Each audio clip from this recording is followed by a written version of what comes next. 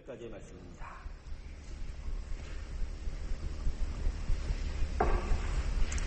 사도행전 1장 6절에서 8절까지의 말씀. 자, 여러분 스크린을 보시고요. 제가 봉독해 드리도록 하겠습니다. 저희가 모였을 때 예수께 묻자 가로되 주께서 이스라엘 나라를 회복하심이 이때이니까 하니 가라사대 때와 기한은 아버지께서 자기 권한에 두셨으니 너희 알 바 아니요 오직 성령이 너희에게 임하시면 너희가 권능을 받고 예루살렘과 온 유다와 사마리아와 땅끝까지 이르러 내 증인이 되리라 하시니라. 아멘. 어느 날 그 새벽에 기도를 하던 때였습니다. 기도를 하면서 복음을 위해서 기도하고 아버지 나라와 그 의를 구하는 간절한 기도 가운데서 하나님께서 나의 역사의 흐름 앞에 과연 누가 나의 역사의 권능 앞에서 누가 나를 거칠 것이 있고 내 앞에 장염이 될 것이 있느냐라고 말씀하시더라고요. 사막의 길을 내시는 분이요 광야의 강물을 내시는 분이십니다. 할렐루야. 이 하나님의 도도한 역사의 강물 앞에 그 어떤 것도 그 앞에 막아설 자 아무것도 없습니다. 산을 뚫기도 하고요. 없는 곳에 물길을 내기도 하고요. 도도하게 흘러가 결국은 그 광활한 대지, 광활한 그 대양으로 그 모든 하는 그 강물의 역사를 흘러가듯이 아버지의 역사, 대세는 누구도 막을 수가 없다. 결국 이 시간에 저와 여러분이 함께 배우고 싶은 것은 결국 우리 하나하나의 삶을 본어게인시키고 또 우리 하나의 삶 속에서 하나님의 귀한 사랑의 일들을 나타나는 그 러브어게인을 통해서 결국 하나님의 창조의 그 목적을 분명하게 이루어가시는 아버지의 나라의 회복, 킹덤 어게인이 우리 앞에 있다라는 것입니다. 사실 킹덤 어게인은 일종의 선언입니다. 하나님이 우리 안에서 이렇게 역사하시겠다는 것을 분명히 밝혀주신 것을 오늘 우리가 배우는 것입니다. 우리가 아무리 막아선다 할지라도, 우리가 아무리 그 앞에 정말 못하겠습니다라고 우리 부족함을 말할지라도 결국 하나님께서 이 모든 것을 행하실 것을 오늘 약속하시고 그 모든 것을 행하고 계시다는 것을 오늘 우리에게 증거할 것입니다. 여러분, 이 킹덤 어게인 앞에서 우리가 할 일은 킹덤 어게인이 반드시 된다는 것을 믿고 그 나라가 오는 것을 향하여 우리가 마음으로 반기고 그 나라의 한 백성으로서 온전히 순종하며 나아가는 일들이 우리에게 필요합니다. 여러분, 이 킹덤 어게인 오늘 말씀 마지막 주제를 통해서 우리 삶 속에 진짜 무엇이 나타나야 되고 어떤 일이 나타나야 되는 것에 대해서 가슴 깊이 느끼면서 정말 하나님 나라의 회복을 위하여 귀한 간구와 기도가 여러분 가운데 있길 주님을 축원합니다. 아멘. 제가 잠깐 기도할게요. 감사합니다, 하나님. 마지막 시간인데 하나님 정말 이 땅에 우리를 만드시고 이 땅을 정말 귀하게 조성하신 그 목적, 그것이 우리에게 어떻게 다시 나타날지에 대해서 분명하게 가르쳐 주시옵소서. 그래서 우리 안에 정말 귀한 일들이 나타나게 하여 주시옵소서. 정말 귀한 일들을 허락하여 주시옵소서. 그래 영광 하나님의 영광에 아버지 정말 예배를 드리며 순종하는 백성들이 되게 하시고 온전함으로 나아가는 저희의 믿음의 삶 되게 하여 주시옵소서. 예수님의 이름으로 감사하며 기도하옵나이다. 아멘. 한두 번 제가 여러분과 이것에 대해서 이야기를 한 적이 있는 것 같아요. 새 왕 이야기인데 이 세상에는 새 존재의 왕이 있다라는 것을 여러분과 함께 나눈 것 같아요. 저는 성경을 하나의 이야기로 만들려고 하면 새왕 이야기라는 제목으로 이름 붙여서 말씀드리고 싶습니다. 제가 신학교를 들어간 즈음에서 새왕 이야기가 책으로 나왔어요. 근데 그 진 에드워드라는 분이신데 그분은 이제 사울, 다윗과 그다음에 압살롬의 이야기를 통해 새왕 이야기를 했었죠. 하지만 저는 또 다른 시각으로 이 새왕 이야기를 붙입니다. 또 거대한 하나님의 역사, 그 통치에 대해서 이 새왕 이야기를 붙이고 싶어요. 진정한 왕, 참된 왕으로 이 땅에 계신 분은 우리 창조주자, 주권자이신 하나님이시다. 그리고 거짓된 왕으로서 이 땅을 가로채려고 하는 거짓된 악한 왕, 사탄이다. 그리고 어리석은 왕 인간이 있는데 이 사탄으로부터 시작하여 자신의 나라를 구축하려고 하는 어리석은 바로 인간이 바로 세 번째 왕이다라는 것입니다. 창세기 2장 말씀을 좀 한번 살펴보고 또 그 말씀을 통해서 정말로 하나님께서 조성하신 이 땅 가운데 어떻게 새 왕이 나타났는지를 한번 살펴보려고 하는데요. 먼저 창세기 2장 8절과 9절의 말씀 한번 보도록 하겠습니다. 창세기 2장 8절에서 9절의 말씀입니다.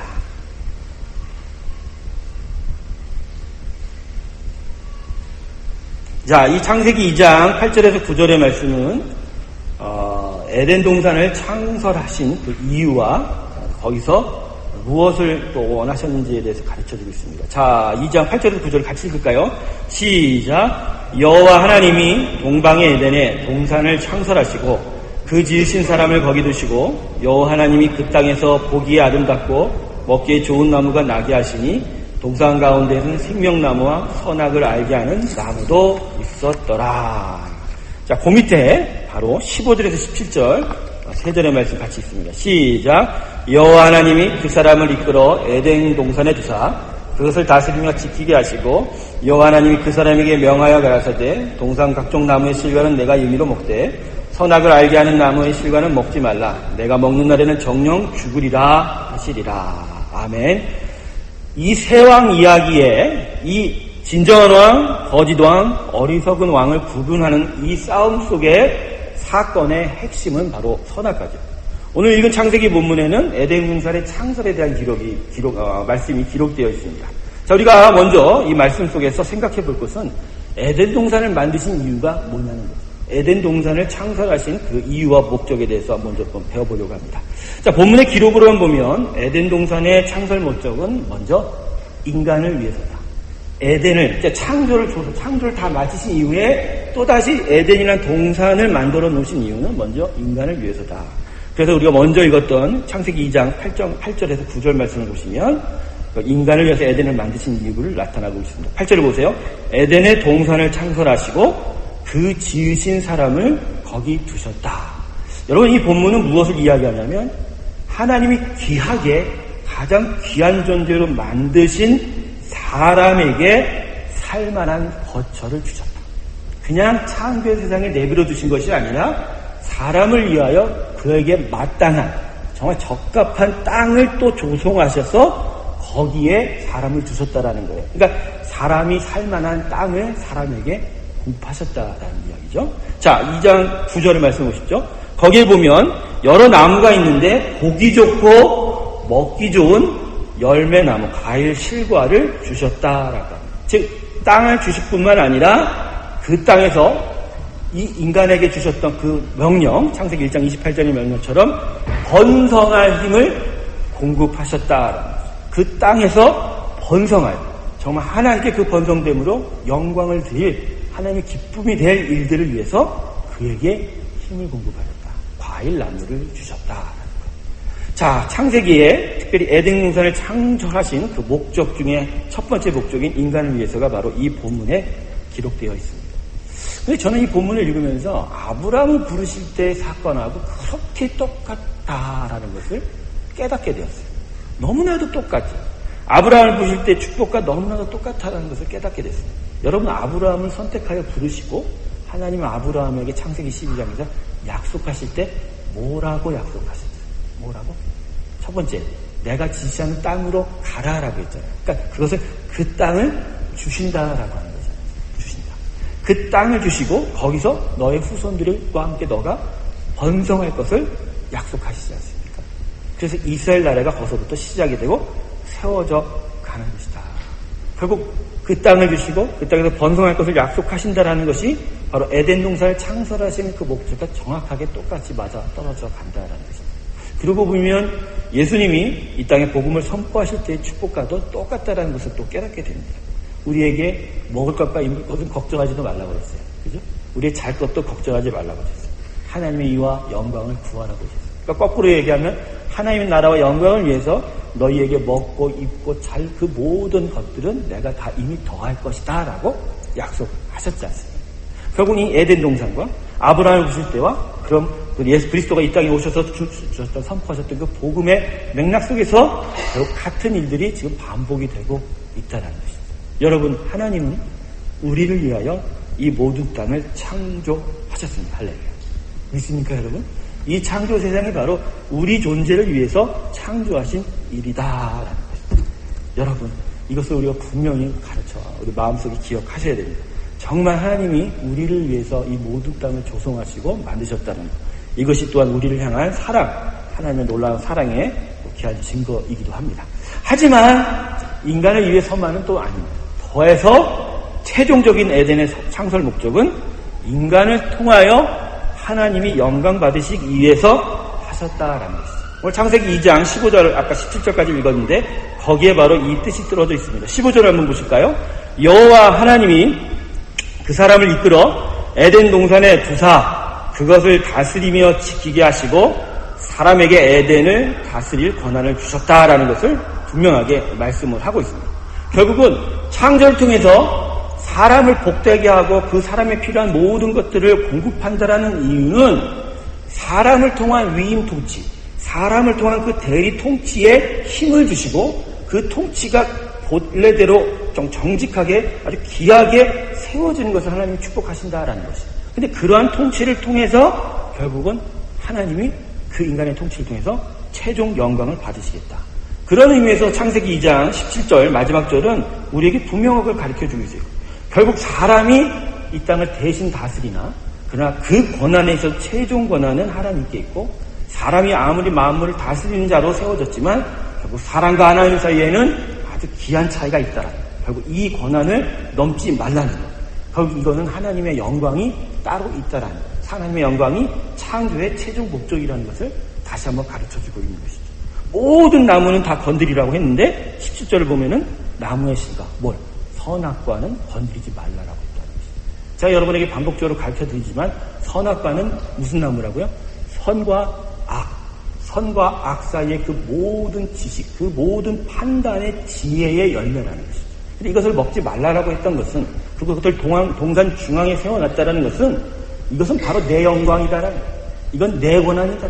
이건 나한테 속한 것이다라는 거예요. 그러니까 이 지혜는 건드리지 말라. 이건 나의 것이다. 이 땅을 만들어 이 땅을 다스리는 최종 권위자의 주권자인 나의 것이다. 이걸 건드리지 말라. 이 것을 네가 건드린다는 것은 결국 네가 나한테 반역을 하는 것이고 나의 권한을 침범하는 것이다 라고 가르쳐 주신 것이죠. 아담이요. 이 선악과를 먹는 유혹에서 건져냈었으면 사실 그 동산 중앙에 있는 생명과를 하나님이 주실 예정이었어요. 처음에 창조하실 때 아담으로 하여금 영생을 누리게 할 것은 아직 정해지지 않았어요. 아직 정해지지 않았어요. 그러나 아담에게 아담에게 계속적인 하나님의 순종과 하나님께 대한 순종, 충성과 헌신의 그냥 거룩한 모습들이 거듭되면 거듭될수록 결국은 하나님은 선악과가 아닌 생명과를 주어 영생을 하게 할 것이고 결국 최종적으로는 그의 의지가 완전히 하나님의 그 성상을 닮은 완벽한 형상으로 자라나게 됐을 때 아마 선악의 모든 지혜조차도 사람에게 가르쳐주지 않았을 것인가. 신학자들은 그렇게 생각을 해요. 제가 이제 미국에서 조직신학 공부하면서 조직신학보다는 기독교 철학을 했었어요. 어떤 성경을 통해서 정말 하나님께서 이 땅에 대한 여러 가지 그 기본적인 어떤 가르침, 생각, 세계관들에 대해서 제가 배웠는데 그 창조의 목적은 바로 여기에 있었다는 것이죠. 사람을 복되게 하고 그 복된 사람을 통해서 만물을 다스리게 하고 그 다스림을 통해서 사람으로부터 영광을 받으시려고 하는 것. 이게 바로 창조고 이게 바로 창조를 통한 하나님의 영광이라는 것이죠. 그렇기 때문에 거기서 가장 중요한 초점은 바로 선악과다라는 거예요. 선악과. 하나님과 사람 사이의 차별, 구별. 그 속에서 하나님의 모든 권한을 침범받지 않으시려고 하는 하나님의 당신의 상징. 그것이 바로 동산 중앙에 세운 선악과였다라는 것이죠.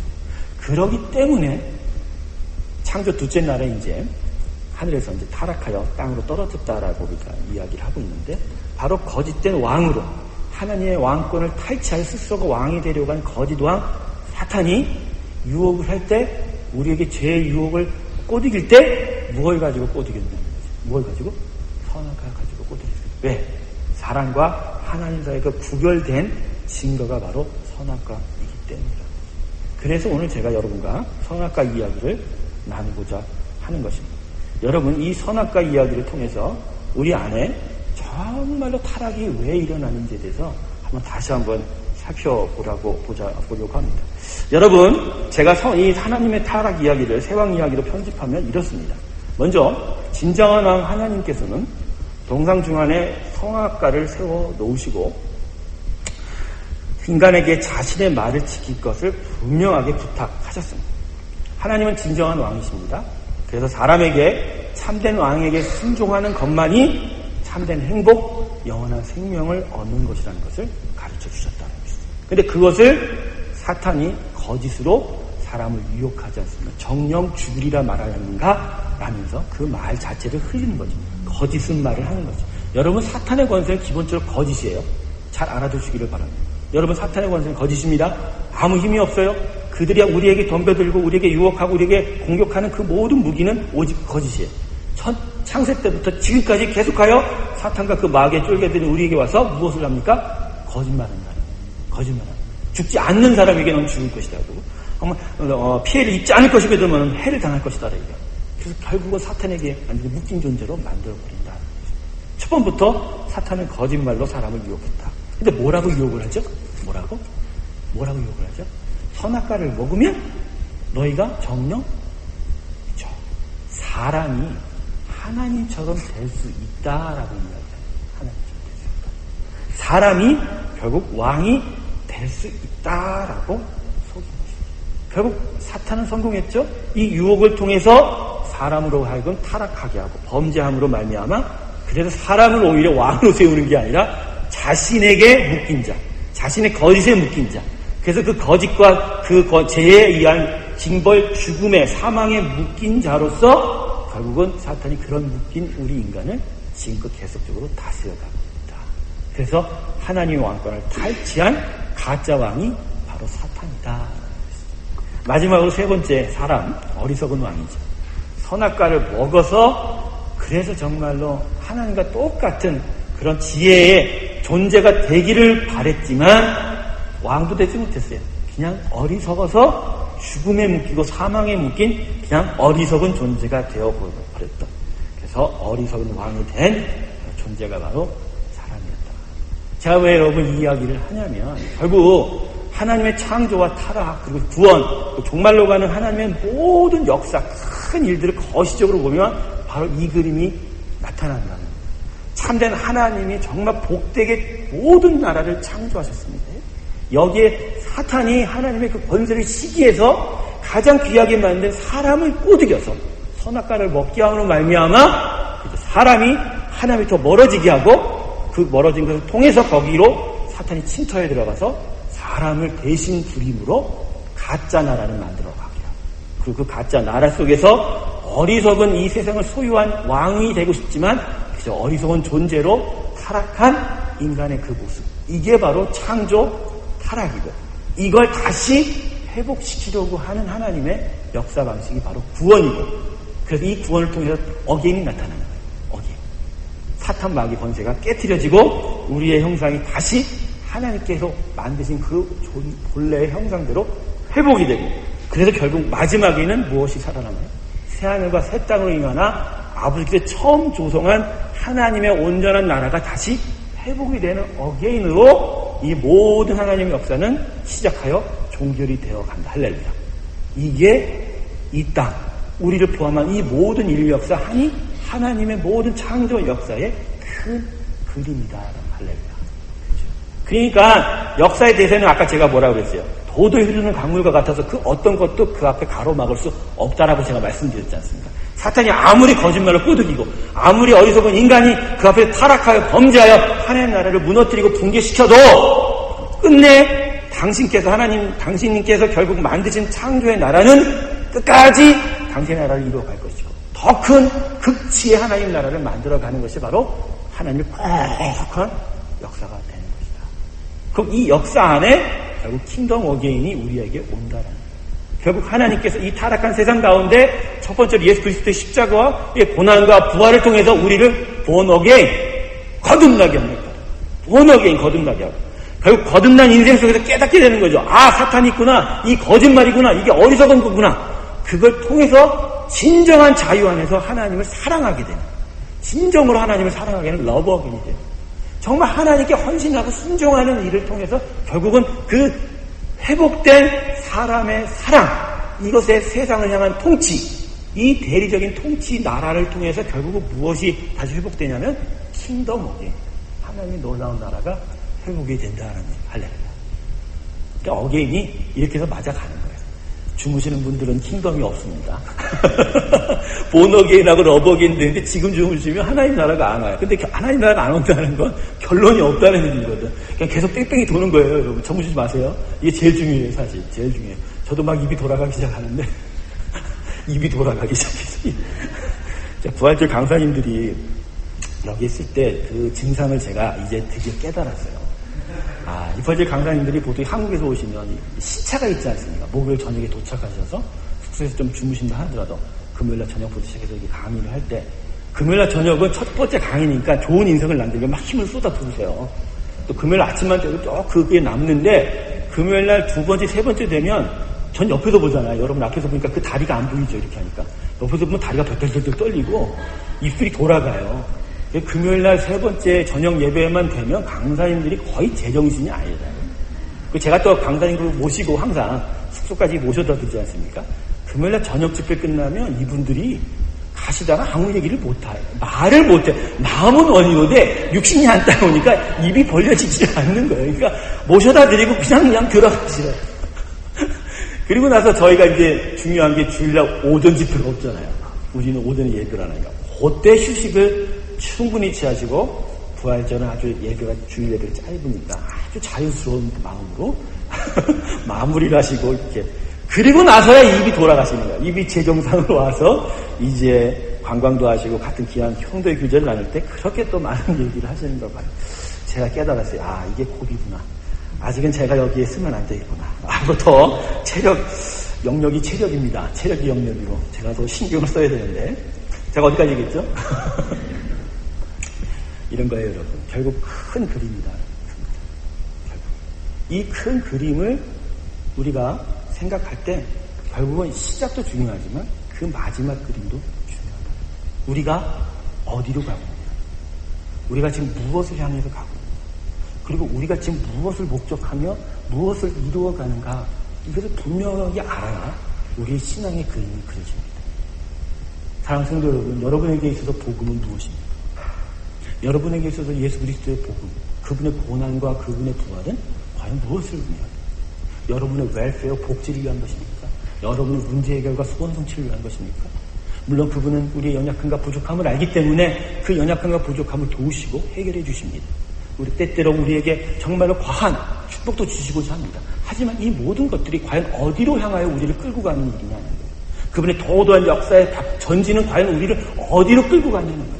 그래서 우리의 신앙생활의 목적은 무엇이며 그래서 우리의 신앙생활의 목적, 가기에는 목적들이 다 모여서 거룩한 하나님의 성도의 교회가 결국 어디로 향하여 나아가고 있느냐라는 것입니다. 그것을 분명히 알아야 우리 신앙에서 각각의 개별의 인생에 있어서 중요한 것이 무엇인지를 깨닫게 됩니다. 그것들이 하나하나 모여서 결국 거대한 하나님의 나라를 이루어 정말 그 누구도 침범할 수 없는, 막아설 수 없는 하나님의 놀라운 민족, 하나님의 놀라운 백성들의 행진으로 이 세상 정말 끝까지 나아가게 됩니다. 이게 바로 교회의 역사예요. 이것이 바로 믿음의 권세의 역사예요. 이것이 바로 믿는 자들의 백성의 역사다라는 할례. 우리가 아까도 우리 권사님 기도하시면서 우리 안타깝게 함께 기도했지만 이 참담한 사고 앞에서 우린 과연 어떤 솔루션을 가진 자, 도대체 이 문제를 어떻게 풀어야 하느냐라는 거죠. 여러분, 이것이 한두 명의 어떤 실수 차원에서 그리고 어떤 나라의 시스템과 이런 것들을 붙잡는다고 해서 해결될 문제라는 거죠. 반복되고 계속 반복되고 또 반복되는 이야기라는 거죠. 왜 그런 줄 아세요? 왜 그런 줄 아세요?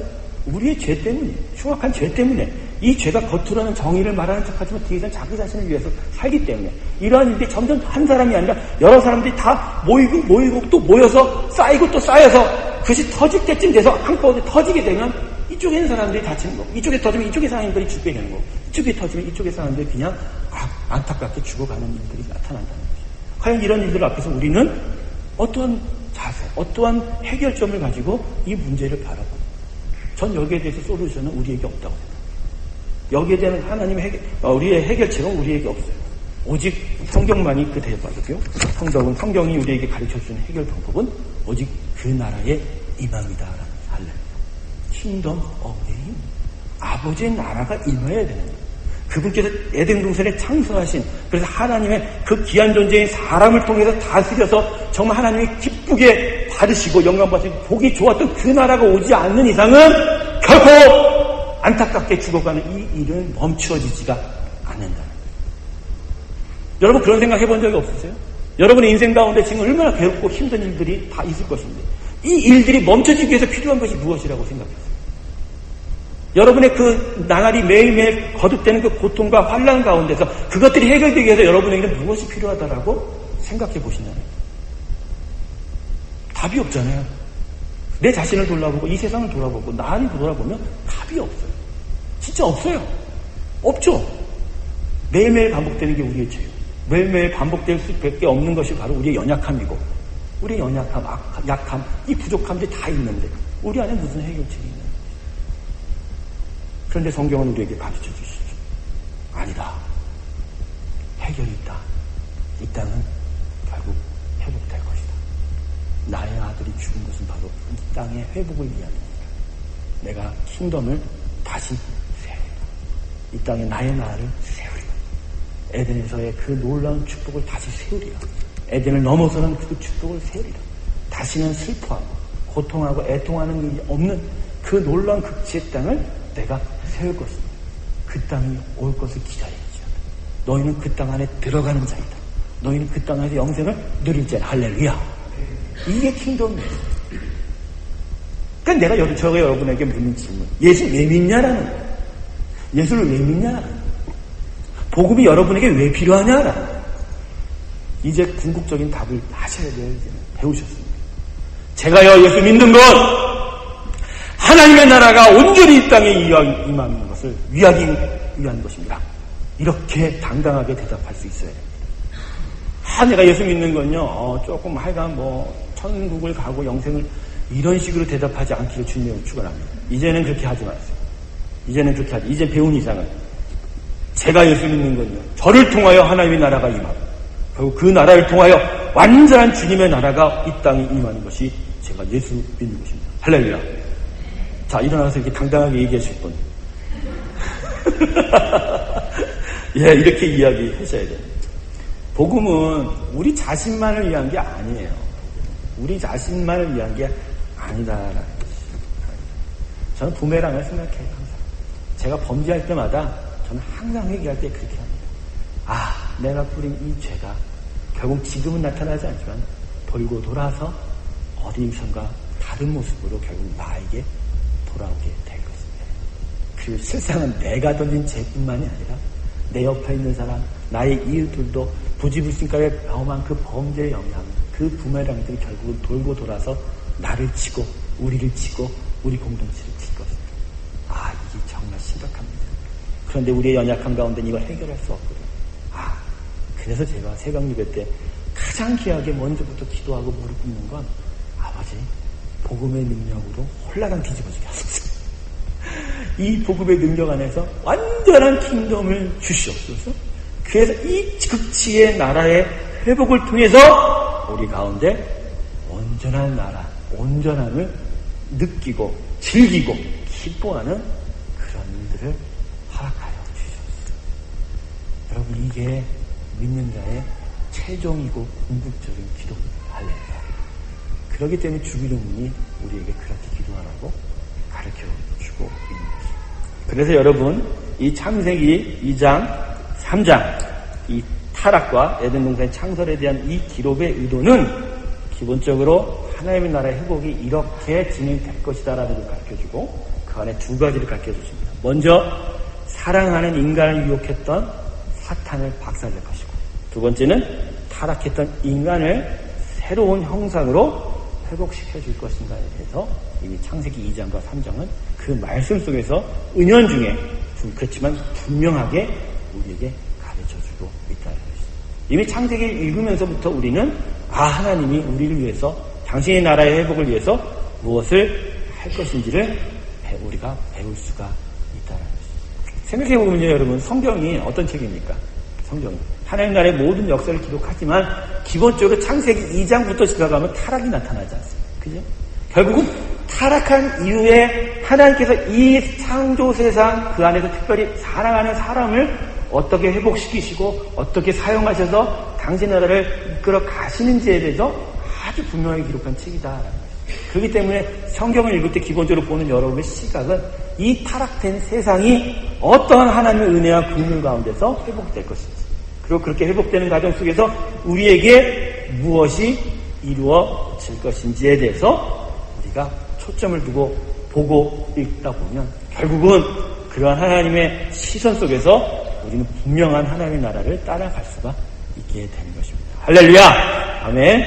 자, 그래서 이 킹덤 어게인에서 가장 중요한 포인트는 하나님이 결국은 성경이 약속하셨어요. 당신의 나라를 회복시키겠다는. 근데 그렇게 회복시켜가는 그 대세, 하나님의 메인스트림 역사의 대세 그 안에서 결국 우리는 어떠한 모습으로 이 킹덤 앞에 서게 되는가? 어떠한 자세와 어떠한 모습으로 하나님 대신 이 세상을 다스리며 살아갈 것인가? 그것을 좀 배워야 합니다. 자, 오늘 본문, 우리가 읽었던 아까 맨 처음 사도행전 본문은 주님의 승천 전에 마지막으로 승천하실 그 주님 앞에 주님께, 제자들이 주님께 질문을 던지고 답을 받는 장면을 기록하고 있습니다. 근데 오늘 본문을 보면 제자들의 관심과 주님의 관심이 서로 다른 것을 우리가 알 수가 있습니다. 본문 6절을 보면 제자들이 이렇게 주님께 질문합니다. 주께서 이스라엘 나라를 회복하심이 이때니까? 라고 이야기합니다. 이때니까? 언제입니까? 라고 물어보는 것이죠. 근데 여기서 제자들이 이야기하는 나라, 그들이 관심을 두는 나라는 하나님의 나라가 아니었다는 거예요. 이스라엘 나라라는 특별한 지명을 가진 그들이 원하는 나라는 바로 세상 나라요, 다윗의 나라였다. 여러분, 여기서 제가 잠깐 옆으로 셀게요. 이스라엘 백성들에게 있어서 다윗과 솔로몬 치세의 그 왕성한 나라가 있었다는 것은 결국 우리에게는 무슨 의미일까요? 우리에게는 무슨 의미일까요? 그럼 이스라엘 백성에게는 무슨 의미일까요? 하나님이요, 다윗과 솔로몬을 통해서 그들의 연약하고 무질서하고 그들의 어떤 무상숭배 그런 모든 범죄 가운데에도 불구하고 다윗 치세의 솔로몬 치세의 나라를 왕성하게 하고 하나님의 임재를 거룩하게 볼 수 있는 예루살렘 성전을 허락하신 이유는 물질적인 곳에 있지 않았다는 거예요. 결국은 이 다윗의 이 나라를 통해서, 결국 이 다윗의 씨를 통해서, 아브라함과 다윗을 통해서 나중에 마지막 최종적으로 이 땅에 오실 메시아 참된 왕의 왕 중인, 만국의 왕 중인 왕이신 그 예수님으로 이루어질 나라의 극치가 바로 이와 같을 것이다 라고 이야기합니다. 하지만 이런 물리적인 모습이 아니라 온 땅의 제사장의 나라로서 하나님의 영광을 선포하고 이 성전에서 예배드림을 통해서 하나님께 영광을 드림으로 온 땅에 향하여 하나님의 살아계심을 선포하는 그러한 극상의 나라, 극치의 나라가 바로 다윗의 후손 예수 그리스도 메시아를 통해서 나타나게 될 것이고, 그것이 바로 내가 이스라엘의 왕을 세운 일이라는 거죠. 결국 이 왕은 바로 사람이라는 거예요. 결국 나 대신 이 땅을 다스린 이런 왕, 바로 사람, 궁극적인 형상으로 회복된 인간을 통해서 바로 이러한 나라가 회복될 것이다. 이게 바로 너희 가운데 앞으로 도래할 하나님의 나라다라는 것을 가르쳐주고 있는 것이죠. 그런데 이스라엘 백성이 여기서 어리석은 거예요. 계속적으로 선지자들이 나타나서 계속적으로 그들에게 가르쳐주는 거예요. 너희에게 있어야 될 나라는 다윗 나라를 회복하는 게 아니다. 다윗의 그 물리적인 나라가 아니라 그 다윗이 사모했던 하나님의 나라, 그 다윗 시절, 솔로몬 시절 때 세웠던 그 성전에서 예배드리고 하나님 영광을 받았던 그런 제사장의 나라, 그런 거룩한 나라가 너희에게 필요하다라고 이렇게 가르쳤는데 유대인들은 듣지도 않는 거예요. 듣지도. 그냥 왕성한 자신의 나라, 세상 나라, 그것이 이루어지기를 계속적으로 기다렸고, 주님의 부활의 그 몸을 만졌던 예수님의 제자들조차도 여전히 거기서 벗어나지 못하고 있었다라는 거예요. 그러니 오늘 물어보는 거죠. 승천하는 그 순간에도 그 바지강에 붙들면서 올라가시려고 하는 예수님 붙들면서 한다는 얘기가 고작 이스라엘 나라는 언제 회복하십니까? 오늘입니까? 라고 물어봤다는 거예요. 여러분, 이게 우리의 모습이라는 거예요. 우리의 신앙의 현실이에요. 하나님이 위대한 축복을 주시고 하나님이 거룩함을 세우시고 우리 안에 정말로 너무 광활한 그 비전과 놀라운 킹덤 어게인의 그 비전을 우리에게 가르쳐 주셨음에도 불구하고 여전히 우리는 하나님 앞에 뭐라고 묻냐면, 언제 우리 집이 커집니까? 언제 내 사업이 조금 나아지겠습니까? 언제 내 인생에 좀 해뜰 날이 있겠습니까? 요렇게만 물어보고 있다는 것이죠. 그럴 때 주님께서 오늘 뭐라고 하셨죠? 너희의 알 바 아니다. 너희의 알 바 아니다. 이 얘기는 완전히 제자의 질문을 그냥 무시해버린 거예요. 그딴 거 물어보지 마. 그건 너희에게 어울리는 게 아니야. 그건 십자가 이전에 너희의 질문이었지. 지금은 이 정도면 되면 안 되지 않냐. 예수의 관심은 하나님 나라였다. 그래서 너희 알 바 아니다라고 7절에 대답하시면서 시간은 오직 성부 하나님께 있으니 관심 꺼라. 오히려 너희에게 있어야 될 것은 바로 이러한 것이니 바로 그것은 바로 오늘 본문 8절에 있는 바로 하나님의 나라다. 성령의 권능을 받아라. 성령이 너희에게 임하시면 너희가 권능을 받고 예루살렘과 온 유대와 사마리아와 땅 끝까지 나아가 이르러 내 증인이 되리라. 할렐루야. 아멘.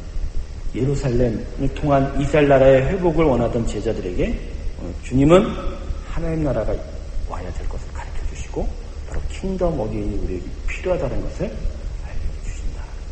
그리고 이 안에서 그 킹덤이 우리에게 세워져 갈 때 그 안에서 너희가 어떻게 어떠한 자세로 서 있어야 될 것인지에 대해서 분명하게 오늘 본문 8절의 말씀으로 가르쳐주고 있다는 것입니다. 여러분, 주 예수 그리스도의 존귀한 백성 되신 줄 믿습니다. 그리고 그 존귀한 백성으로서의 하나님의 나라, 하나님을 정말로 사랑하는 귀한 백성님이 되신 줄 믿습니다. 그렇다면 이제 여러분에게는 뭐가 나타나야 되죠? 킹덤이 나타나야 됩니다. 하나님의 나라. 그리고 그 하나님의 나라가 여러분 가운데 어떻게 나타나냐? 첫 번째, 여러분에게 나타나야 될 킹덤 어게인은 바로 궁극적인 비전을 같이 공유하는 것입니다. 즉 하나님과 같이 보는 자, 하나님의 비전을 소유한 자가 되셔야 한다라는 것입니다. 아까도 제가 얘기했어요. 어저께도 계속 얘기했지만 본 어게인, 새롭게 태어나는 가장 본 어게인의 삶의 가장 중요한 초점은 하나님의 형상으로의 회복이에요. 하나님의 형상. 이 땅에서 지식과 이성과 여러 가지 경험으로 내 자신의 어떤 지식이 늘어나고 상식이 늘어나고 어떤 교양과 감정과 그런 모든 것들이 늘어나는 것이 아니라 하늘로부터 거듭나서 하나님이 지으신 그 형상으로 회복이 되어 그래서 하나님을 알게 되고 하나님을 분명하게 분별하게 되고 하나님의 생각과 뜻을 내가 바로 알 수 있는 존재가 되어야 된다는 것이죠. 그럴 때 내가 하나님과 하나님을 알게 됐을 때 하나님 안에 들어오셔서 우리에게 어떤 일을 하시냐? 같이 보는 일을 하신다. 할렐루야. 여러분 비전이 뭐지? 비전은 다른 게 아니에요. 나는 비전 받았어 하는 사람들 쳐놓고 진짜 비전 받는 사람 없더라고. 진짜요? 물어보죠. 좀 비전 보는 사람. 진짜 너 하나님하고 같이 보니? 그건 아닌데. 그럼 비전이 뭔데? 제가요 기도하는데 하나님이 나한테 거룩함을 주신 것 같아요. 저는 내 삶 속에서 정말 하나님의 놀라운 나라를 이룰 겁니다. 그건 네 생각이지. 정말 하나님과 같이 갔어? 제가 이렇게 물어보죠. 여러분 비전은 쉽게 오지 않아요. 비전은 쉽게 오는 게 아니에요. 비전은 하나님의 형상으로 회복되면서 하나님의 성품을 알고 그분을 배워가면서 점차 내 안에 행성되는 거예요. 하루아침에 비전 오지 않습니다. 할렐루야. 진짜 비전 오지 않아요. 비전은 같이 보는 거예요. 하나님과 하나님 보는 대로 내가 같이 따라 보는 거라니까. 그래서 하나님 목적한 대로 그것이 나의 삶의 목적이 되고 하나님이 생각하는 것을 내가 관심 있어 하는 거고 하나님이 정말 기뻐하는 것이 나의 기쁨이 되는 거, 그게 비전입니다. 할렐루야. 그게 되는 거예요. 그러니까 같이 보는 게 비전이다. 하나님과 같이 보면서 그분이 원하시는 것을 추구하는 것이 바로 비전입니다. 결국은 킹덤 어게인이 우리에게 요구하는 첫 번째 자세는 그분이 보는 대로 봐라. 그분이 관심 두는 대로 관심을 둬라. 그분이 기뻐하는 것을 기뻐하라라. 그렇기 때문에 본 어게인 된 자의 궁극적인 인생의 비전은 그분이 원하시는 대로 사는 겁니다. 이게 비전이니까 너무 좀 실망스럽네요. 싱겁기도 하고. 여러분 이거 싱거운 거 아닙니다. 이거 따라가는 거가 바로 우리에게 가장 중요한 일입니다. 할렐루야. 여러분마다 지금 다 각자가 인생에 비전을, 그러니까 어떤 성취하고 싶은 것들이 다 각각 있지 않습니까? 근데 정말 그게 하나님이 여러분 인생 속에 같이 보고 정말 같이 이루기를 원하고 정말로 하나님이 정말 의롭다고 기쁘다고 하시는 것인가에 대해서 여러분 점검하셔야 돼요. 결국 그런 것들은 결국은 살다가 이 땅에서 잠깐은 만져볼 수도 있겠지만 결국은 쓰러져가고 썩어질 것들이지 영원히 갈 것은 아니에요. 비전의 특징은 뭔지 아십니까? 하나님과 함께 보기 때문에 그 이루는 것이 영원하다는 거예요. 하나님이 기뻐하시는 것이기 때문에 그 기뻐하는 것은 영원하다는 거예요. 그러니까 우리의 비전은 영원해야 돼요. 진리의 기반을 갖고 있기 때문에 어떤 상황과 조건이 변한다 할지라도 그냥 그것은 옳은 거예요. 그게 비전이에요. 그게 참된 하나님의 꿈이다. 여러분 성령을 우리에게 부어주신다고 하셨을 때 나이에 상관없이 부어주신다고 말씀하시지 않으셨습니까? 그 나이에 상관없이 부어주신다는 그 말씀, 그 여기서의 말씀이 결국 무엇이냐면 결국은 나하고는 상관없다. 우리가 인생 속에서 뭔가 나를 위해서 이루어낸 그런 꿈이 아니다. 성령은 나에 상관없이 그저 모든 자에게, 예수님 자에게 부어져서 하나님과 같이 보는 꿈을 준다. 그래서 하나님이 정말 이루시기 원하는 것을 같이 보게 한다. 하나님 그것을 우리에게 허락하셨다라는 거죠. 여기 계신 모든 분들에게 하나님과 같이 보는 일이 있기를 주님을 축원합니다. 같이 보세요. 그분과 같이 보세요. 그분하고 같이 보세요. 근데 여러분, 그분하고 같이 보려면 무엇을 해야 돼요? 같이 보려면 무엇을 해야 돼요? 같이 보려면 동행해야죠. 같이 보면 동행해야죠. 같이 본다는 건 동행하는 거예요. 여러분, 떨어져 있으면 그게 같이 볼 수 있습니까? 딴 생각하지. 같이 보는 거예요. 같이 출발하고, 같이 걸어가면서, 같이 손을 잡고, 같이 대화하면서, 그래서 그분의 생각을 알고, 그분에게 내 생각도 말씀드리고, 그렇게 같이 친밀하게 걸어가고 동행하면서 그분이 보는 것을 나도 볼 수 있게 되는 것이죠. 그래서 아까 제가 비전은 그냥 나타나는 게 아니라 우리 안에 계속적으로 하나하나씩 이루어져 가는 것이다. 그러게 여러분, 킹덤 어게인이 되기 위해서는 첫 번째 기도부터 하셔야 돼요. 진짜 기도하셔야 돼요. 뭐니 해도 기도밖에 없어요. 사실요, 비전 이루시는 능력은 하나님의 능력이지 우리 능력 아니에요. 우리가 비전 이루겠다고 하다가 다 망쳐놓은 거 이 세상에 수도 없어요. 하나님의 비전을 위해서 우리가 다 전진합시다. 전진하면 뭐예요? 한보가고 항상 2보 후퇴하는데 1보를 갖다가 2보를 후퇴하면 우리는 결국 몇 보를 후퇴하는 걸까요? 10보를 가면. 자, 쉽게 계산합시다. 머리 좋으신 분들. 자, 1보 갔다가 2보를 후퇴하는 사람은 결국 앞으로 10보를 전진하면 몇 보 후퇴하는 것이 이게요. 몇 프로? 성경 기준은 잘 하시면서 이거는 절대로 못 맞죠. 20보 후퇴하는 건가요? 산술적인 계산은 그런데. 또 머리 또 돌아가시죠. 돌아가시죠. 그게 우리예요. 그러니까 우리가 하는 게 아니라는 거예요. 우리는 결국 그 나라를 같이 보면서 하나님이 그 나라를 이루시기를 계속 마음으로 서원하는 거예요. 그 마음으로 서원하는 가운데서 결국 우리 삶 속의 일생의 어떤 작은 일 하나라도 그렇게 하나님과 같이 보겠다고 하는 그런 고백 속에서 하나 둘씩 하나님의 일들이 그냥 툭툭툭툭 이루어지고 그것들이 모여서 그 조각들이 모여져서 하나의 거대한 하나님의 그림들을 이루어가는 것이 우리의 인생이다. 저는 거대하고 위대한 하나님의 비전 받았다는 사람 별로 신뢰하지 않아요.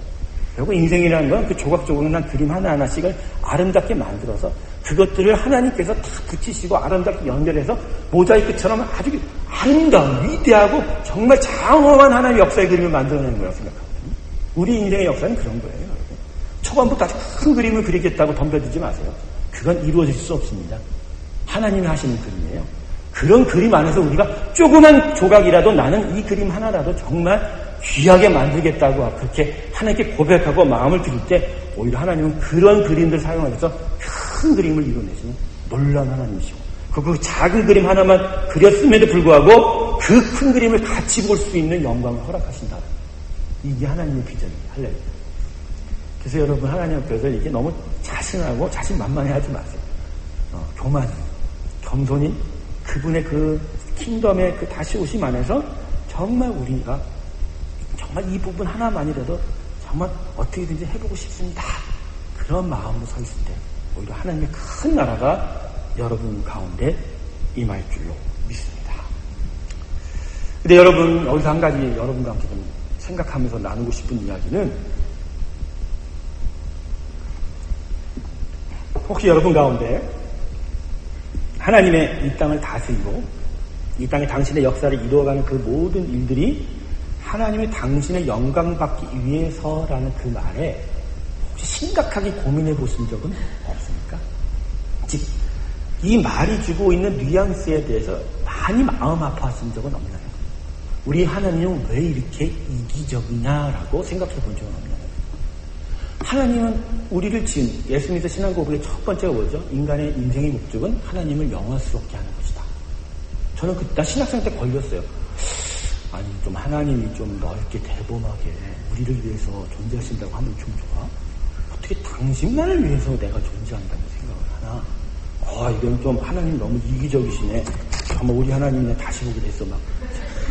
제가 그런 생각. 아니 저만 그런 생각했어요? 우리 교회에서는 하여간 저만 고스톱을 치고 저만 테레비와 영화를 즐겨보는 사람이에요. 저는 그걸 알고 있어요. 여러분, 하나님의 목적, 그것은 하나님 당신의 영광 받기 위해서라는 것에 어느 정도의 그 뉘앙스의 문자에 어떤 이기적인 것이라고 생각하는 사람의 경우가 있을 때 여러분 그 생각을 지금 이 말을 듣고 접으시기를 원합니다.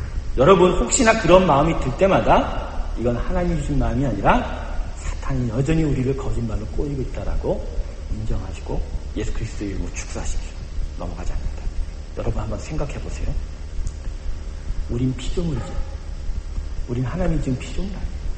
그렇다면 응당, 예수 그리스도고 뭐고 다 없이 나를 만드신 이가 하자는 대로 하는 게 지어진, 만들어진 피조물의 당연한 자세가 아닙니까? 난 이게 받아들여지는데요. 여러분은 왜 안 받아들여집니까? 혹시 얼굴도 보면 받아들여지지 않거든요. 왜 안 받아들여질까요? 바로 우리가 첫 창세기 타락 이후로 사탄이 이 땅에 뿌려놓은 씨앗들이 여전히 우리에게 영향을 미치고 있다는 거예요. 결국 나 중심, 내가 주인공이 돼야 되고 나의 나라를 세워야 되는 그러한 그 어리석음이 여전히 우리 가운데 있어서 그래서 내가 하나님께 순종하고 헌신해 가면서도 나 자신에 대해서 전적으로 죽어야 한다는 그런 말만 나오면 왠지 하나님이 이기적인 것 같고 정말 하나님이 진짜 내 마음을 몰라주는 것 같이 그렇게 야속하기만 하고 그래서 그런 하나님의 영광이라는 단어만 나오면 여전히 약간의 알러지 반응이 일어나는 듯한 이 모든 것들은 창세기의 선악과를 통해서 사탄이 우리에게 뿌려놓은 그 씨앗이 여전히 우리에게 영향을 미치고 있다는 증거예요. 예수 그리스도의 십자가 이야기만 하지 않아도 나를 지으신 하나님이 나를 통해서 영광 받으시겠다고 하는 것은 당연합니다 라고 말하는 것이 피조물된 기본 자세 아닙니까? 그 기본 자세가 여전히 내 마음에 회복되지 않았다는 것은 죄송한데요. 본 어게인이 여전히 안 돼 있다는 거예요. 정말 하나님께 속한 자로서의 삶이 나에게 여전히 익숙하지가 않아요. 이래서 사탄이 뿌려놓은 유혹 중에 가장 큰 유혹, 인본주의가 이게 아주 깊은 죄성이다. 여러분 교회에서 인본주의 찾지 마세요. 정말 여러분 조심하세요.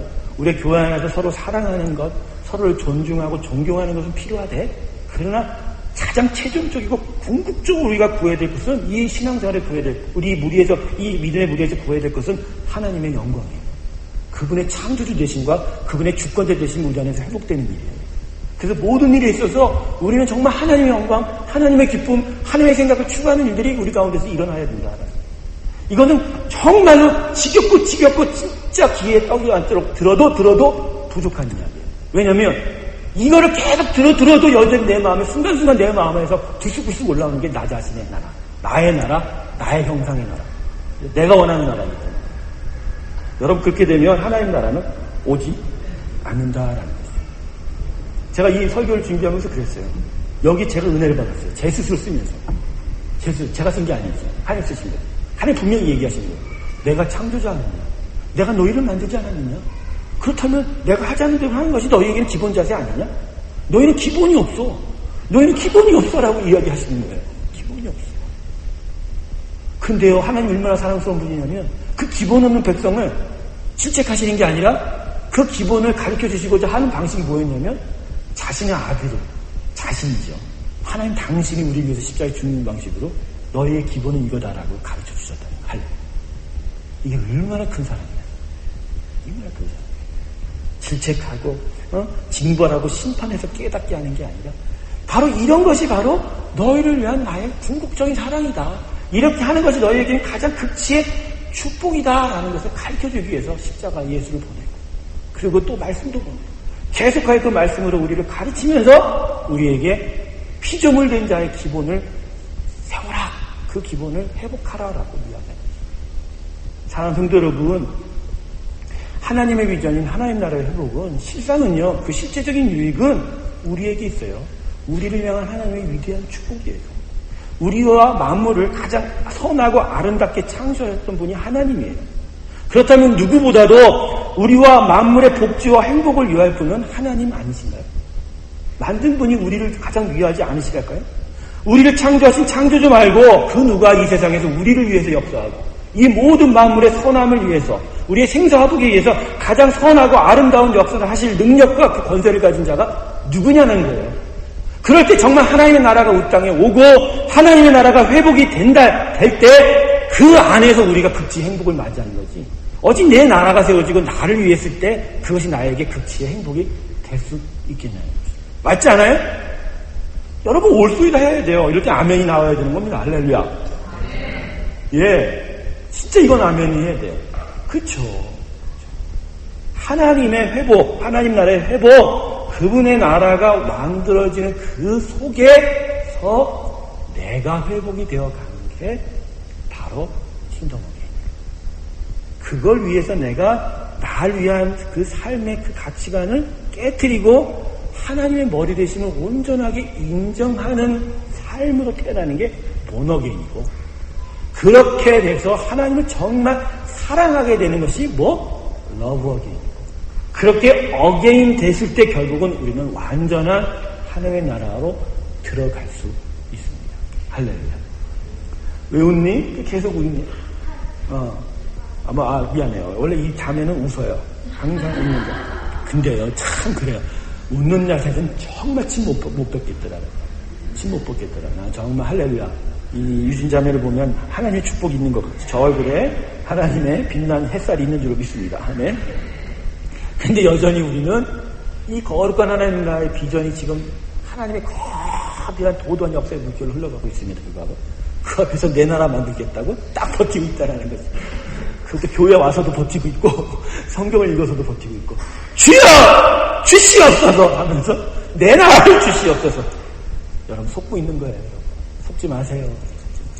하나의 나라를 추구하십시다. 세상에 사탄이 끌어놓는 온갖 거짓말에 계속 속고 있는 게 바로 나를 위한 것입니다. 하나님이 나를 위하시는 게 정답입니다. 내가 나를 위한다고 위하지가 않아요. 절대로 내가 나를 위하는 건 결국 나를 죽이는 거예요. 내가 하나님을 위할 때 그분이 나를 위하는 거지 성경에서 살 길이다. 할렐루야. 아들을 죽이신 분이 나를 사랑하고 있는데 그분에게 이제는 인생을 의탁할 정도 되지 않겠습니까? 여러분 여전히 여러분 자신을 믿나요? 여러분 여전히 여러분 자신을 믿고 있어요? 아우 권사님 할렐루야. 안 믿으신데, 절대 안 믿으신데 할렐루야. 우리 권사님만 축복이 있을지어다. 다른 분들은 고개 흔드셔야죠. 여전히 자기 자신을 믿어요? 그런 어리석은 이제 그만두세요. 물론 우리의 생각과 판단도 중요하고 우리의 경험도 중요하죠. 그리고 우리가 여러 가지 것들에서 판단하는 것도 중요해요. 그렇지만 그거는 세컨더리 아닌 서드, 그냥 부수적인 에디셔널, 가장 중심적인 프라이머리는 그분의 나라, 그분의 뜻, 생각에 내가 온전히 맡겨가는. 전 여러분에게 도전해요. 이제 그만 속고 그만 어리석은 왕 되지 마시고 정말 왕 같은 백성 되세요. 그러려면 내가 왕 되는 것보다 더 큰 놀라운 극지 행복이 임할 줄로 믿습니다. 이제 여러분에게 도전해요. 이제까지 정말 자기 자신을 위해서 살았던 인생이 계시다면 이제까지는 하나님 인정하실 거예요. 오늘 이 시간에 여러분에게 도전해줍니다. 이제 하나님께 완전히 맡겨주세요. 그분께 한번 맡겨보시라니까요. 완전히 의탁을 해보시라니까요. 그분께서 살아계심으로 우리 안에 어떻게 하는지에 대해서 여러분 정말로 한번 지켜보시죠. 저는 엘리야 선지자가 850대 1로 쌓아놓은 그 장면을 너무나 좋아해요. 그거는 하나님의 살아계심을 분명히 보이는 장면이에요. 그 자리에서의 그 엘리야의 마음, 엘리야가 450명에 되는 바알 선지자를 막 칼로 도륙하는 그 장면 속에서 엘리야의 어떤 용맹성, 그 과감성, 과단성을 볼 수 있지만 전 달리 봤어요. 그가 그 850대로 싸울 때 그 재단 앞에서 얼마나 떨고 얼마나 힘들었을까. 혹시나 이 불이 안 내려오면 이 850대 1도 감당이나 되겠어요? 감당이 되겠냐는 거지. 난 그때 정말 엘리야의 심정을 느낄 수 있었단 거지. 한 인간으로서의 어떤 그 연약할 수밖에 없는 그 마음에 그 쪼그라든. 근데 그것을 엘리야는 극복했어요. 어떻게 극복했죠? 자기의 힘으로 극복한 게 아니에요. 완전히 맡겨버린 거예요. 완전히 하나님께 의탁할 거예요. 하나님께서 내 행사 화복을 주장하시는 분이기 때문에 여기서 죽어도 여호와님, 나 이제 맡긴다.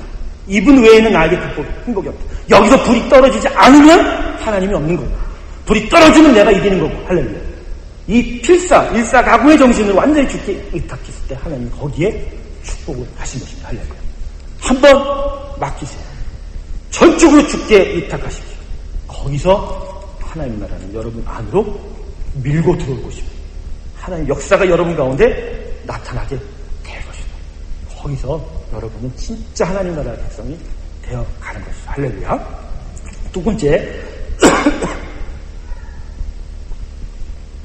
죄송합니다. 제가 목소리가 안 좋아서. 두 번째, 마지막으로 좀 우리가 살펴볼 것은 본어게인 된 사람이 킹덤 어게인을 받아들일 때 우리가 첫 번째로는 같이 본 비전이 있어야 된다고 얘기했고, 두 번째 마지막은 각자의 삶의 터전에서 디테일하게 구체적으로 해야 할 일들에 대해서 오늘 본문이 또 가르쳐주고 있다는 것이죠. 결국 우리가 하나님과 함께 보는 자, 하나님과 같이 비전을 공유한 자로서 우리는 우리 삶의 터전에서 어떻게 살아야 할까? 이렇게 생각하시는 분도 있을 거예요.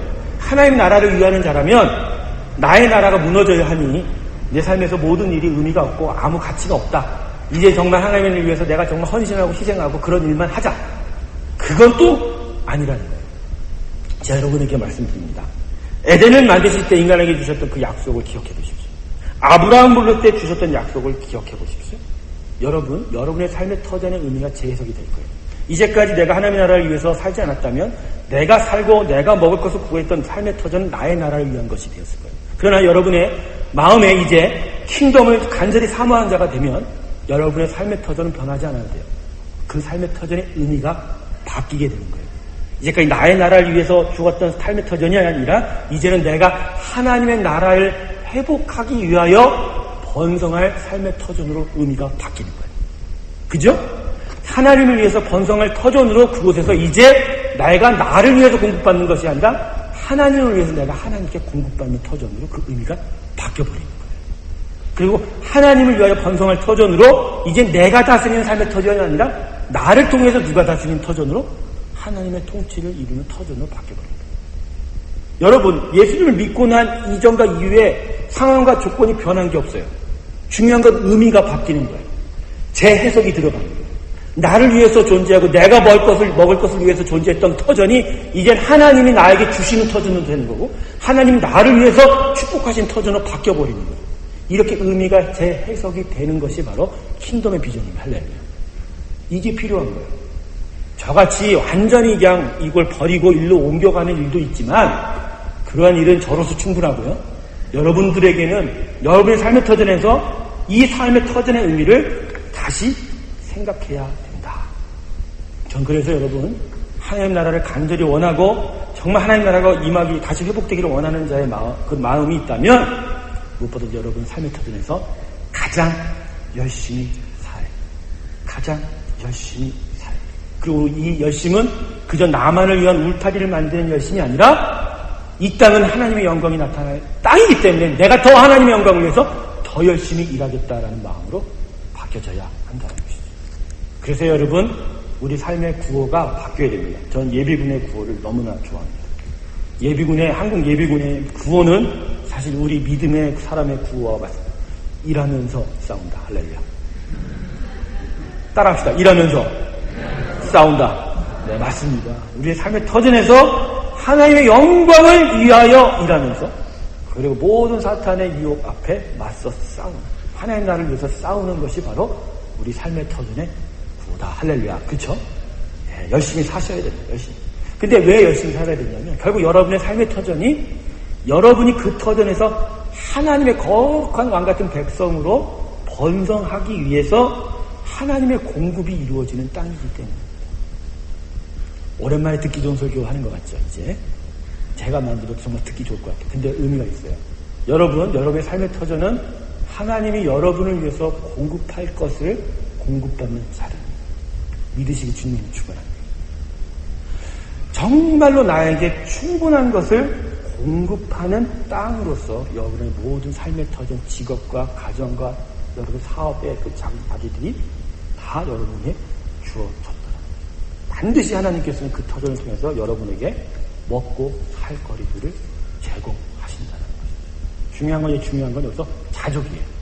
그 인생에게 가장 맞도록 알맞게 양을 조절하시는 하나님인지 그것을 넘치게 요구하셨다가는 그것이 오히려 본인에게 화가 된다는 거예요. 여러분 하나님의 공급을 받는 데 있어서 중요한 원칙 하나일 거예요. 주는 대로 받고 즐기는 거예요. 주는 대로 받고 소비하시면 돼요. 그것을 쌓아놓고 그것 갖고 내가 마음을 기울여 거기에 관심을 기울이는 순간 하나님의 공급은 깨져버려요. 하나님의 영광은 깨져버려요. 오히려 그 공급이 여러분에게 독이 됩니다. 악이 됩니다. 여러분을 해치는 정말 바이러스가 됩니다. 하나님의 은혜 목적 이제 깨달으셨나요? 주는 대로 자족하여 감사함으로 살라라는 것입니다. 근데 여러분 여기서 제가 한 가지 생각을 해보는 게 뭐냐면 정말 이 삶의 터전에서 나는 정말 하나님의 공급을 받아본 적이 없거든요. 정말 이상하게 꼬여서 정말 나에게 먹을거리, 살거리들이 주어지지 않는 것 같아요 라고 생각하시는 분이 있으면 일단 먼저 하나님 앞에 엎어져서 기도를 하시기를 주님을 축원합니다. 한번 엎어져 봐서 기도해요. 그리고 묵상을 한번 깊이 해보세요. 그리고 이렇게 질문하세요. 아버지, 이렇게 정말 하나님의 공급이 나타나지 않는 이유는 혹시 이 땅이 하나님을 위한 나의 터전입니까? 아니면 나를 위한 나의 터전입니까? 이거를 분별하여 주시옵소서. 내가 정말 이곳에서 내가 하나님을 위해서 일하시는 것을 원하십니까? 아니면 다른 곳으로 옮겨가기를 하나님 원하십니까? 라고 정말 진지하게 물어보셔야 된다. 여러분, 직업은 소명입니다. 콜링이에요. 하나님이 나에게 하나님 나라를 위하여 그저 사명으로 미션을 주신 콜링이라는 거죠. 그렇기 때문에 각자가 자신의 인생의 커리어에 있어서 그때마다 달라질 수는 있어도 그 주어지는 자리마다 거기서 나타내야 될 것은 하나님의 영광이요, 하나님의 부르심이라는 것이죠. 그 부르심 또한 영광. 근데 그 하나님의 부르심대로 계속적으로 그 삶의 터전을 갖고 갈 때 그게 영광이지. 근데 하나님이 원하지 않고 기뻐하지 않는 곳에 내가 서 있게 되면 거기서부터 반드시 일은 꼬이게 되어 있다는 것이죠. 제가 여 꼬인다는 단어를 쓸 때 항상 고통과 고난이 오는 것만 생각하는데 너무나 부대 넘치지 않는 것, 너무 물질을 받는 것도 꼬이는 거예요. 이 역설적인 거예요. 여러분 감동을 안 하네. 정말 기대하지도 않았던 것이 마구 넘칠 때 여러분 이거 인생 꼬인다 생각하시기 주님으로 축원합니다. 진짜예요. 여러분. 정말 나한테 허락되지 않는 것이 쏟아진다는 건 그 쏟아지고 남는 것이 결국 내 인생에 꼬이는 장애물이 돼요. 이거 깨달은 자에게 축복이 있을지어다. 진짜라니까요. 제가 그런 경험이 있어요. 아주 작은 교회에서 아주 적은 사례를 받다가 아주 큰 교회 가서 생각하지도 않은 돈이 첫 달 통장에 찍혀 나왔을 때 내가 안방에 자지러지고 넣어버렸잖아요. 제가 자지러지는 순간 제 아내도 옆에서 같이 침대에서 벌렁 누워있고 어찌 이런 일이. 근데 거기에 취하니까 나중에 나에게 독이 되더라고요. 더 이상 얘기를 하면 오늘 제가 집에서 못 삽니다. 진짜다니까요. 여러분, 여러분의 삶의 터전에 대해서 다시 한번 생각해 보시기 바랍니다. 정말 이 터전이 하나님의 하나님의 영광을 위해서 사는 삶의 그 공급을 위해서 나에게 허락하신 삶의 터전인가? 그것을 한번 생각해 보세요. 그래서 정말 이 터전은 나를 위해서 하나님께서 원하시는 것이 아니구나. 정말로 하나님 기뻐하신 터전이 되기 위해서 내가 옮겨야 되는 거예요. 진짜 고민해 보시기 바랍니다. 그래서 정말 하나님의 부르심 받아야 돼요. 무엇을 하시던 간에 어떤 자리에 있어 간에 정말로 부르신 자리, 하나님께서 원하는 자리에서 여러분 살아가야 한다는 거예요. 그럴 때 가장 중요한 마지막 얘기, 여러분의 삶의 가치가 더욱더 빛나게 돼요. 하나님이 기뻐하시고 그 자리에서 여러분이 일하시는 것을, 열심히 일하는 것을 정말 원하는 자리에서 여러분이 일할 때 거기서 여러분이 열심히 일하는 그 일들은 여러분 자신만을 위한 것이 아닌 하나님의 나라를 위한 가치로 인정받을 것이고 하나님의 영광을 위해서 주님이 받는 예배로 받을 것이고 하나님이 당신에게 드려지는 헌물로, 봉헌으로 받는다라는 거죠. 우리가 헌금함으로 하나님께 봉헌하는 것도 있지만 우리 삶의 터전에서 하나님의 영광을 위해서 흘리는 땀방울도 주께 드리는 봉헌이에요. 그래서 제가 여러분 주일 때 봉헌할 때 항상 그러지 않습니까? 준비한 예물도 있지만 같이 가져온 믿음의 고백도 담으라고. 믿음의 고백이 더 귀합니다. 할렐루야. 헌물도 중요하지만 믿음의 고백은 더욱더 중요해요. 내 땅은 하나님의 공급처이고 내 땅은 하나님의 영광의 땅이고 이 땅에서 내가 눈물로, 기도로, 땀방울로 주께 영광 드리고 아버지 이 고백을 받아주시옵소서 라고 드릴 때 하나님 오히려 그 위에 더욱더 그 삶의 터전이 하나님의 영광을 위해서 사용되는 터전되게 한다는 것입니다. 거기서 우리의 삶의 가치는 더욱더 정말 하나님을 증거하는 놀라운 삶의 터전이 된다. 여러분, 결국 증인된다는 건 결국 이런 거예요. 정말 선교사로서 복음 전도자로서의 삶도 삶을 얘기하는 것도 되지만 결국 내 삶의 터전에서 하나님의 살아계심을 나의 열심을 통해서 드러내고 그래서 그걸 통해서 정말 내 주변이 저 사람을 보니 정말 하나님은 살아있구나. 저 사람 인생에는 정말 하나님이 살아있구나. 저 사람은 정말 예수 그리스도를 아는 자이구나. 정말 십자가의 삶을 아는 자이구나. 그렇게 인정할 때 거기서 자연스럽게 진리의 삶이 나타나게 된다는 것입니다. 이제는 여러분, 우리가 삶으로 전도하고 삶으로 선교하고 우리 삶의 열매로 하나님께 영광 드리는 그런 시대가 왔습니다. 물론 여전히 복음을 들고 먼 땅까지 가서 선교하고 전도하는 일도 필요합니다. 하지만 이 시대는 이제 그런 것으로 복음 앞에서 무릎 꿇지 않아요. 말의 능력은 없어요. 하나님의 성령의 능력이 필요한데, 근데 그 성령의 능력이 우리 안에서 이제는 시대가 바뀌었어요. 우리의 삶의 진실성으로, 우리 삶의 정말 거룩함으로 이 세상에 하나님을 증거하게 되어 있다는 것이죠. 그래서 여러분 열심히 사셔야 돼요. 거룩하게 사셔야 돼요. 정직하게 사셔야 돼요. 그리고 최상의 하나님의 가치로 무장하고 사셔야 돼요. 그래서 악을 미워하시고 선을 사랑하시고 이웃 사랑하기를 정말 자기의 몸까지 사랑하시고, 그렇게 해서 정말 여러분의 삶의 가치를 하나님 나라의 가치로 바꾸고 재해석하고 그렇게 여러분 삶 가운데 나타내고 나타날 때 결국 여러분은 증인이 될 것이고, 결국 증인의 삶이 하나님의 권능이 임할 것이고, 그런 권능으로 여러분 안에 하나님의 나라는 다시 임할 줄로 믿습니다. 여러분, 이제 말씀을 마칠게요. 네 시간 동안 우리가 말씀을 배웠어요.